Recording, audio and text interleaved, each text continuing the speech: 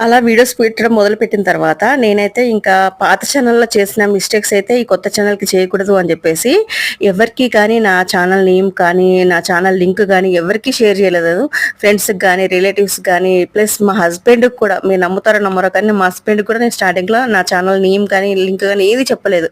అసలు ఎప్పుడు స్టార్ట్ చేశాను ఏంటనేది ఆయనకి స్టార్టింగ్‌లో అస్సలు తెలియదు. నేను ఏమనుకున్నానంటే ఫస్ట్ ఛానల్‌లో అలానే పొరపాటు చేసి అందరూ ఎగతాళి చేసే విధంగా అయ్యాను కాబట్టి ఈ ఛానల్ నేమ్ అనేది అస్సలు చెప్పకూడదు. సక్సెస్ అయిన తర్వాతనే అది కూడా అందరిలాగానే యూట్యూబ్‌లో వాళ్ళు చూడాలి తప్ప సెర్చ్‌లో వచ్చి నాకు నేను ఎవరికీ చెప్పకూడదని ఛానల్ స్టార్టింగ్‌లోనే డిసైడ్ అయ్యాను. అలా నేను మా హస్బెండ్‌కి కూడా చెప్పలేదన్నమాట స్టార్టింగ్‌లో. ఛానల్ స్టార్ట్ చేస్తాను అని చెప్పాను కానీ ఎప్పుడు స్టార్ట్ చేస్తాను, ఎలా స్టార్ట్ చేస్తాను, నేమ్ ఏం పెడతాను అనేది ఏమీ చెప్పలేదు. నాకు నేనుగా డెసిషన్ అనేది తీసుకున్నాను. ఎందుకంటే ఫస్ట్ ఛానల్ మిస్టేక్ చేశాను కాబట్టి కొత్త ఛానల్ అలా కాకూడదు అని చెప్పేసి చాలా స్ట్రాంగ్‌గా